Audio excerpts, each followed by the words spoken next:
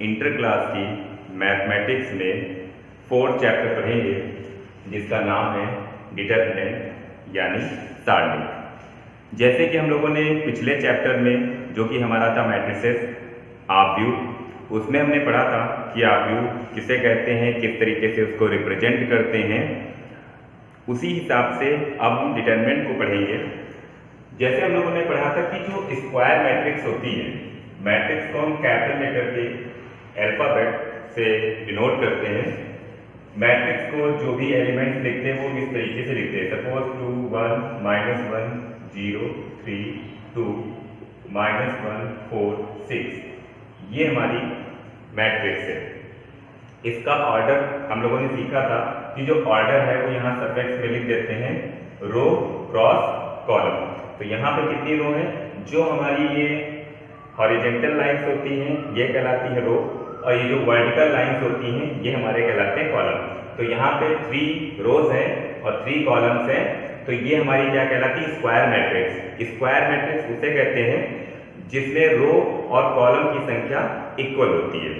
तो ये हमारी स्क्वायर मैट्रिक्स है थर्ड ऑर्डर की, और सेकंड ऑर्डर की जिसमें 2 रो 2 कॉलम होते हैं, ये हमारे एनसीईआरटी के सिलेबस में है। तो अब हम लोग पढ़ेंगे डिटरमिनेंट यानी सारणी। सारणी किसे कहते हैं, हम लोगों को मैट्रिक्स पता चल गई। अब सारणी किसे कहते हैं, सारणी जो है वो एक स्क्वायर मैट्रिक्स को नंबर के फॉर्म में अगर हम डिनोट करें तो वो हमारा कहलाता है डिटरमिनेंट। जैसे ये मैट्रिक्स है और ये हमारा डिटरमिनेंट है।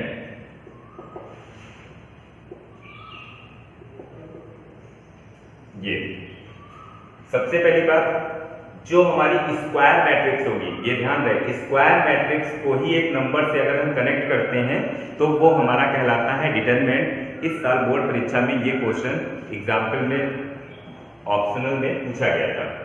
तो ये चीज ध्यान रहे कि जो हमारा डिटरमिनेंट होगा वो एक स्क्वायर मैट्रिक्स के फॉर्म में ही डिनोट होगा। तो ये डिटरमिनेंट का सिंबल है और ये हमारा मैट्रिक्स का सिंबल है, यानी हम 2 वर्टिकल लाइंस के बीच में हम एलिमेंट्स को लिखते हैं। तो ये हमारा डिटरमिनेंट हो गया। डिटरमिनेंट हमारा 3 क्रॉस 3 का और 2 क्रॉस 2 का होता है, यानी सेकंड ऑर्डर का डिटरमिनेंट और थर्ड ऑर्डर का डिटरमिनेंट होता है। तो डिटरमिनेंट आप लोग समझ गए कि अगर हम एक स्क्वायर मैट्रिक्स को अगर हम किसी नंबर से, जो कि नंबर हमारा रियल हो या फिर इमेजिनरी हो, रियल हो, इमेजिनरी हो या कॉम्प्लेक्स हो, तो वो हमारा क्या कहलाएगा, डिटरमिनेंट कहलाएगा। अब हम पढ़ेंगे डिटरमिनेंट को एक्सपेंड करना, यानी एक्सपेंशन डिटरमिनेंट का।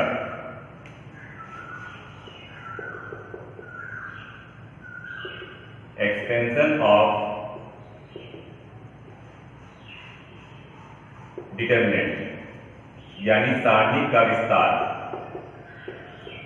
सारणी का विस्तार, ये हम लोगों को पढ़ना है। तो सबसे पहले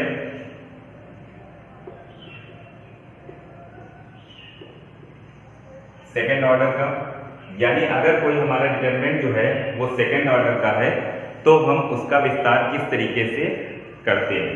तो जैसे एग्जाम्पल है, जैसे एक डिटरमिनेंट दे दिया गया A1 A2 B1 B2, तो ये हमारा क्या है, सेकेंड ऑर्डर का डिटरमिनेंट है। इसमें 2 रो हैं और 2 कॉलम हैं। इसको किस तरीके से ओपन करते हैं, एक्सपेंड करते हैं, विस्तार करते हैं, इनकी मल्टीप्लाई माइनस इनकी मल्टीप्लाई। तो A1 B2 minus B1 A2, ये हमारा जो है वो सेकेंड ऑर्डर का डिटरमिनेंट का एक्सपेंशन हो गया। एग्जाम्पल के तौर पर जैसे लिखा है 2 -1 3 4। अगर हम इसको सॉल्व करें तो इनका मल्टीप्लाई यानी 8 माइनस इनका मल्टीप्लाई यानी माइनस का 3, यानी कितना हो गया, 8 + 3 = 11।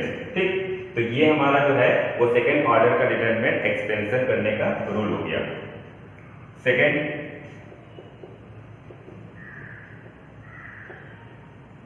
थर्ड ऑर्डर, यानी जो थर्ड ऑर्डर का डिटरमिनेंट होगा उसको हम किस तरीके से एक्सपेंड करेंगे। जैसे ये A1 A2 A3 B1 B2 B3, C1, C2, C3। ये हमारा क्या है, ये हमारा थर्ड ऑर्डर का जो है वो डिटरमिनेंट है। इसको हम किस तरीके से ओपन करेंगे, सबसे पहले तो ये चीज समझ लीजिए कि जो थर्ड ऑर्डर का डिटरमिनेंट होगा वो किसी भी रो या किसी भी कॉलम के रिस्पेक्ट में जो है वो हम ओपन कर सकते हैं। तो नॉर्मली हम लोग यहाँ जो है वो फर्स्ट रो के रिस्पेक्ट में ओपन करेंगे। तो देखिए ओपन करने का क्या रूल है। तो फर्स्ट रो में हमारे एलिमेंट्स कौन से हैं, ये हमारे फर्स्ट रो में एलिमेंट्स हैं। तो A1, अब देखिए जब A1 लिया तो A1 जिस रो में है उस रो को आउट कर दे और जिस कॉलम में है उस कॉलम को आउट कर दे। तो हमारा जो बचा ये हमारा सेकंड ऑर्डर का डिटरमिनेंट बचा और इसको हम ओपन करने का रूल हमारा ये। तो इनकी मल्टीप्लाई यानी B2 C3 और माइनस C2 B3। तो B2 C3 minus C2 B3।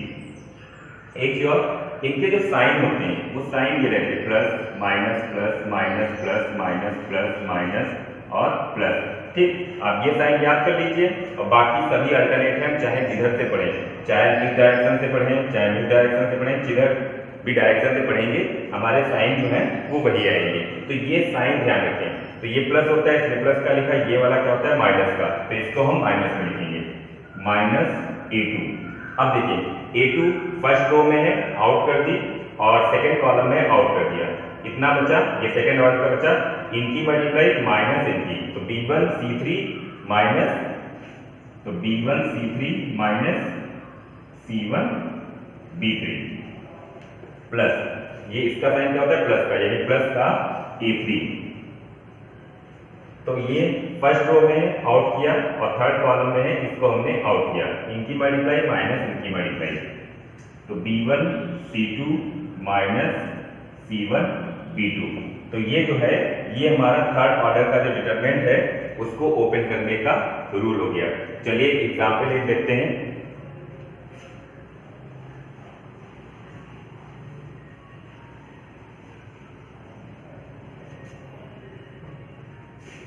जैसे ये लिखा है 3 माइनस 1 2 5 6 1 माइनस 4 2 3।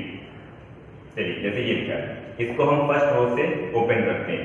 तो यहाँ पे कितना है 3 प्लस का होता है, इसको हमने बंद किया यानी पहली रो पहले कॉलम को, इनकी मल्टीप्लाई यानी 18 इनकी मल्टीप्लाई यानी माइनस का 2। तो 6 कितना हो गया 18 माइनस 2, ये माइनस का होता है तो माइनस का 5। फर्स्ट रो में है आउट किया, सेकंड कॉलम में आउट किया, इनकी मल्टीप्लाई माइनस 3 और माइनस लगा के इनकी multiply minus 4।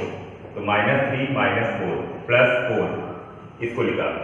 First row third column को आउट किया, इनकी मल्टीप्लाई तो माइनस 1 और माइनस का 12, माइनस 1 माइनस 12 इसको कैलकुलेट कर लें तो ये कितना हो गया 16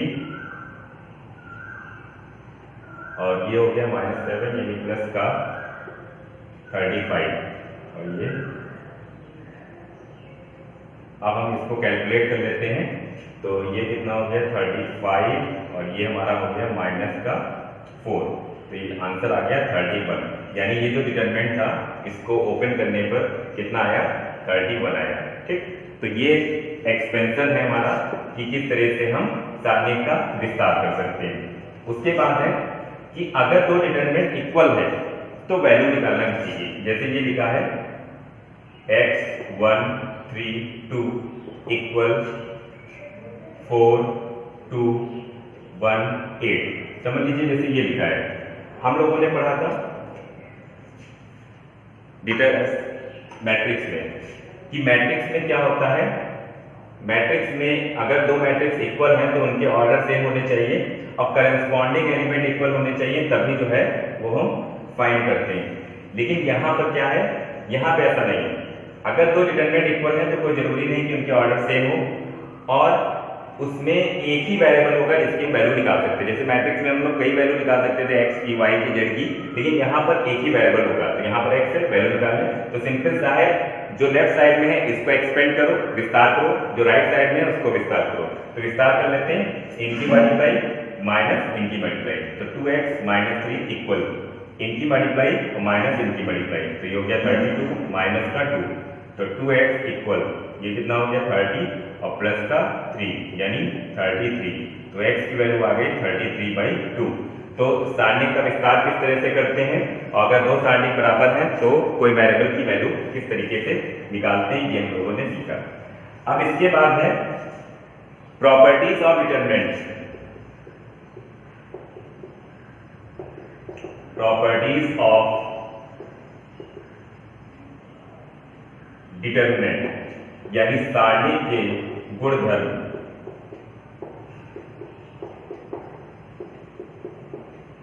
यहां पर कुछ प्रॉपर्टीज हम लोग पढ़ेंगे और उन प्रॉपर्टीज का यूज करके आगे को क्वेश्चन हम लोग सॉल्व करेंगे। फर्स्ट प्रॉपर्टीज है कि अगर कोई डिटरमिनेंट दिया गया है, कोई डिटरमिनेंट है और उसकी किसी रो या किसी कॉलम के सारे एलिमेंट जीरो हैं, तो डिटरमिनेंट की वैल्यू क्या हो जाती है, जीरो। तो यदि सारणी की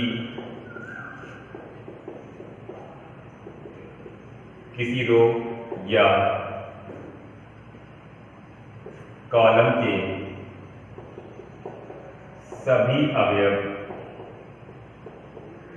शून्य हैं, तो सारणी का मान भी शून्य होगा।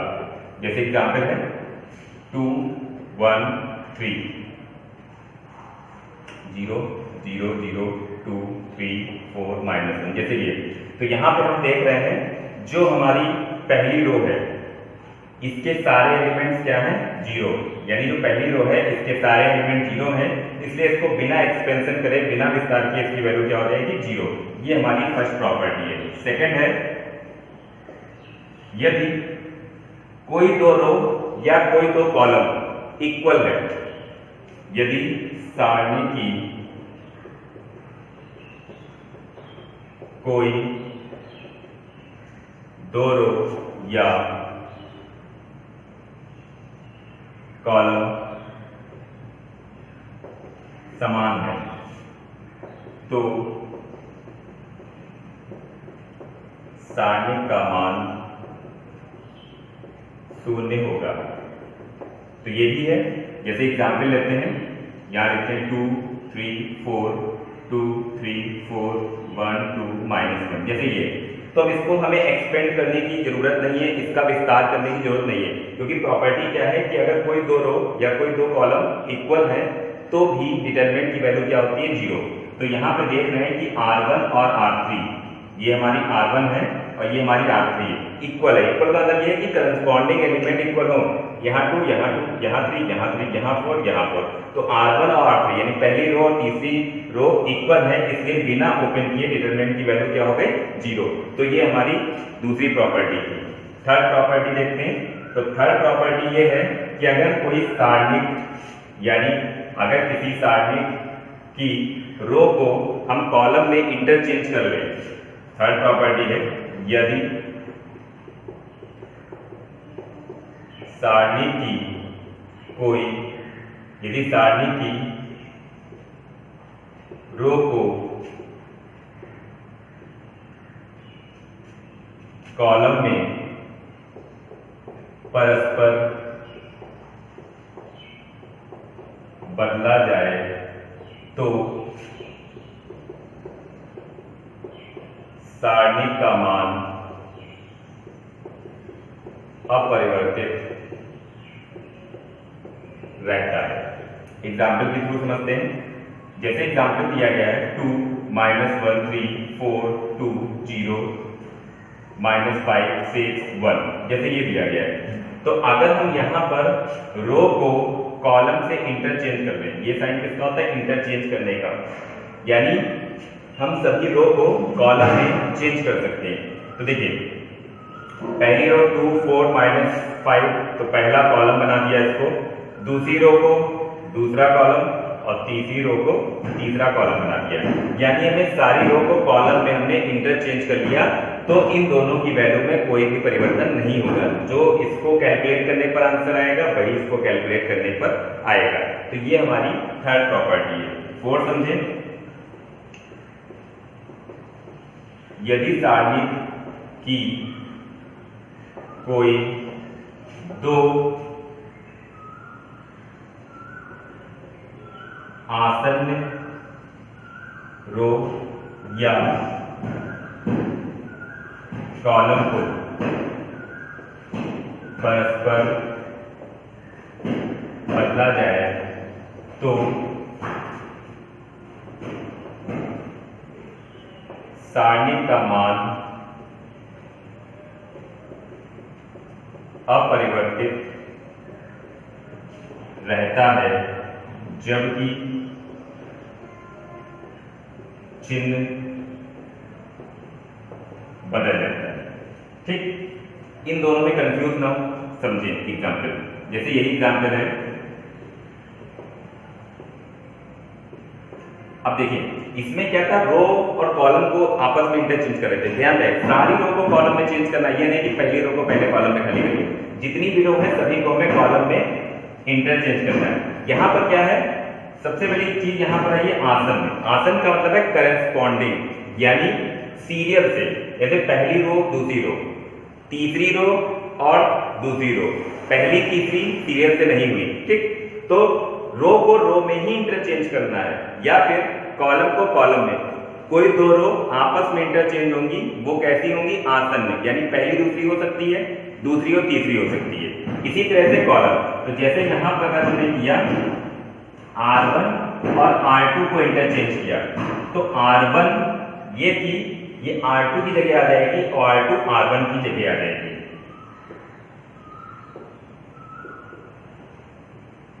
ये तो यहां पे क्या किया, R1 और R2 को इंटरचेंज किया, तो इसकी वैल्यू यानी सारणी का मान अपरिवर्तित रहेगा, केवल चिन्ह जो है वो बदल जाएगा। अगर ये प्लस का देखिए है तो ये माइनस का हो जाएगा। सपोज करिए इसकी वैल्यू आ रही है 5, तो अब इसकी वैल्यू क्या आएगी, -5। ये हमारी फोर्थ प्रॉपर्टी है। फिफ्थ प्रॉपर्टी देखते हैं। तो फिफ्थ प्रॉपर्टी हमारी ये है कि अगर कोई भी डिटरमिनेंट है उसको किसी नंबर से अगर हम मल्टीप्लाई करते हैं, यदि किसी सारणी को अचर संख्या मान लिया k से किसी सारणी की किसी रो या कॉलम में अचर संख्या मान लिया k से गुणा करते हैं, तो सारणी का मान k गुना हो जाएगा। इसका मतलब यह है कि अगर कोई डिटरमिनेंट है, जैसे ये लिखा है 2 3 -1 0 4 2 -1 4 6, जैसे ये लिखा है। अब हम किसी भी अचर संख्या 2 है 3 है समथिंग, मान लिया हमने k है, इसको हम किसी रो या किसी कॉलम में हम गुणा करें। समझ लीजिए कि हमने पहली रो में इसको हमने गुणा कर दिया k से, तो पहली रो में हमने k से गुणा कर दिया, तो ये सबके साथ गुणा हो गया। ठीक, तो जो सारणी का मान है, यही तो सारणी का मान आएगा, तो ये सारणी का मान ही k गुना हो जाएगा। यानी अगर किसी रो या किसी कॉलम में अगर k से मल्टीप्लाई करेंगे तो जो पूरी वैल्यू है उसमें भी k से मल्टीप्लाई हो जाएगा। यानी अगर समझ लीजिए कि इसकी वैल्यू आ रही थी 5, तो 5 की आएगी जब हमने k से मल्टीप्लाई किया। तो ये हमारी फिफ्थ प्रॉपर्टी है। सिक्स्थ प्रॉपर्टी कि अगर कोई डिटरमिनेंट है, जैसे ये a1 a2 a3 b1 b2 b3 c1 c2 c3 ये डिटरमिनेंट है। अगर समझ लीजिए कि कोई रो या कोई कॉलम के एलिमेंट जो हैं वो हमारे सम के फॉर्म में लिखे हैं, जैसे ये है, इसमें जो पहला कॉलम है उसके सारे एलिमेंट दो राशियों के योग के रूप में लिखे हैं, तो इस पूरे डिटरमिनेंट को हम इसी ऑर्डर के दो डिटरमिनेंट के योग के रूप में लिख सकते हैं। कैसे लिखेंगे समझिए, तो a1 a2 a3 b1 b2 b3 c1 c2 और c3 plus x y z b1 b2 b3 c1 c2 c3। ठीक, तो तो यहाँ पर क्या है, ये हमारा सम के फॉर्म में है। तो देखिए जो पहला डिटरमिनेंट बनाएंगे उसमें पहले वाले लिखेंगे, तो इसमें दो थे, ये पहला ये दूसरा, तो पहले वाले लिख दिए। ये सिंगल थे तो ये दोनों में रहेंगे, सिंगल वाले दोनों में रहेंगे, ठीक। प्लस अब दूसरे वाले में दूसरा लिखेंगे, तो दूसरा वाला लिख लिया XYZ, बाकी ये सिंगल थे तो इनको हमने इसी तरीके से लिख दिया। नेक्स्ट हमारी प्रॉपर्टी है 7, बहुत इंपॉर्टेंट प्रॉपर्टी है, इसके बगैर क्वेश्चन नहीं लगते हैं जो भी प्रूफ करने वाले होंगे। तो प्रॉपर्टी ये है कि कोई भी डिटरमिनेंट है उसकी किसी रो या किसी कॉलम, कोई रो को हम आपस में रो को हम ऐड कर सकते हैं, माइनस कर सकते हैं, किसी नंबर से मल्टीप्लाई करके ऐड माइनस कर सकते हैं, उस पर कोई भी फर्क नहीं पड़ेगा, उसका मान वही रहेगा। या यही काम कॉलम में, जैसे 2 3 1 -1 0 4 6 -1 2 3 जैसे ये लिखा है। तो अगर हम यहाँ पर करना चाहें कि R1 को हम रिप्लेस कर दें R1 प्लस R2, यानी अब R1 के लिए क्या आ जाएगा R1 प्लस R2। तो देखिए ये हमारा R1 है और ये हमारा R2 है, तो इन दोनों का सम R1 में आएगा, तो 2 और 0 2, ये कितना 7 और ये कितना 5। तो देखिए डिटरमिनेंट की वैल्यू में कोई भी परिवर्तन नहीं हुआ, यानी हम R1 के लिए R1 प्लस R2 आ गया, तब भी डिटरमिनेंट की वैल्यू वही रही। तो ये हमारी 7 प्रॉपर्टी हैं डिटरमिनेंट की, जो कि बहुत ही ज्यादा इंपॉर्टेंट है। बहुत सारे बड़े क्वेश्चन जो हैं वो इस प्रॉपर्टी की हेल्प से इजीली हमारे सॉल्व हो जाते हैं।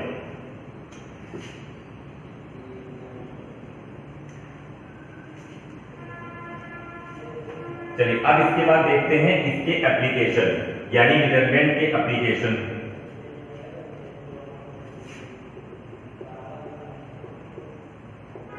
एप्लीकेशन ऑफ डिटरमिनेंट यानी सारणी के अनुप्रयोग।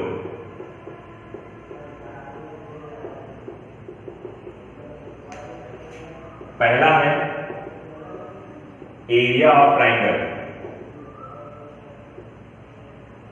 यानी त्रिभुज का क्षेत्रफल ज्ञात करने में।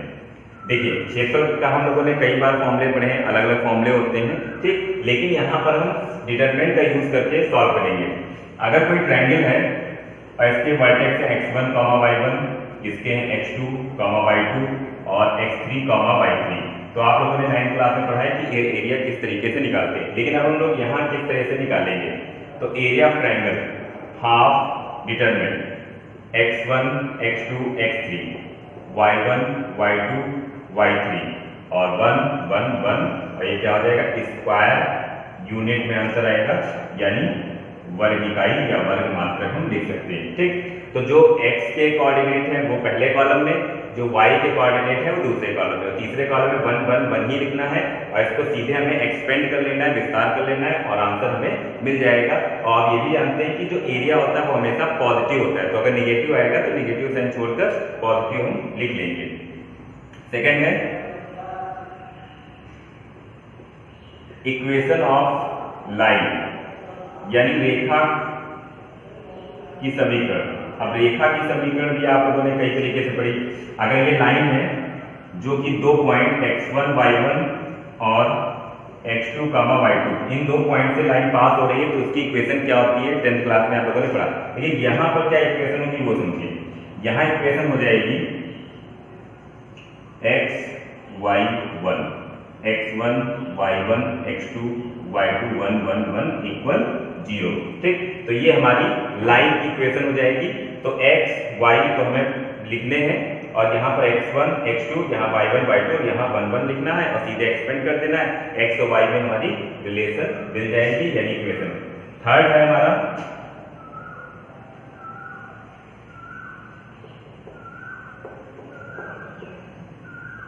थ्री पॉइंट्स आर कोलिनियर, यानी 3 बिंदु संरेख है। जैसे मान लीजिए यही 3 बिंदु है x1 y1 x2 y2 x3 y3। अगर ये 3 बिंदु जो हैं वो हमारे संरेख हैं। तो हम लोगों ने 9th क्लास में पढ़ा कि एरिया ऑफ ट्राइंगल क्या होता है, 0 होता है। तो अभी हम लोगों ने निकाला एरिया ऑफ ट्राइंगल ये होता है, और ये किसके इक्वल हम कर दें, 0 के इक्वल। तो ये प्रूफ हो जाएगा कि ये 3 पॉइंट जो हैं वो एक ही लाइन पर आ गए, तो कोलिनियर हो गए यानी संरेख हो गए। तो एरिया ऑफ ट्राइंगल 0, तो हाफ और डिटरमिनेंट इक्वल 0। तो हाफ तो 0 हो नहीं सकता है, यानी ये वैल्यू हमारी 0 होगी। तो अगर 3 point x1 y1 x2 y2 और x3 y3 कोलिनियर यानी संरेख है, तो x1 x2 x3 y1 y2 y3 1 1 1 ये क्या होना चाहिए, 0। तो आज हम लोगों ने क्या क्या सीखा कि डिटरमिनेंट किसे कहते हैं, डिटरमिनेंट को किस तरीके से हम ओपन करते हैं, विस्तार करते हैं सेकंड ऑर्डर का, और किस तरह से थर्ड ऑर्डर का। अगर दो डिटरमिनेंट इक्वल हैं तो किसी वेरिएबल की वैल्यू निकालना। फिर डिटरमिनेंट की जो 6 प्रॉपर्टीज हैं बहुत ही महत्वपूर्ण, उनको हम लोगों ने सीखा। और फिर हमने डिटरमिनेंट के एप्लीकेशन सीखे, area of triangle, equation of line और 3 पॉइंट आर कोलिनियर के। जानते हैं आप लोग कि ये चैप्टर बहुत ही इंपॉर्टेंट है बोर्ड परीक्षा के हिसाब से, इसलिए ये इतनी जल्दी नहीं समाप्त हो सकता है। ये पहला पार्ट था, नेक्स्ट पार्ट में हम लोग इसके आगे सॉल्व करेंगे। धन्यवाद।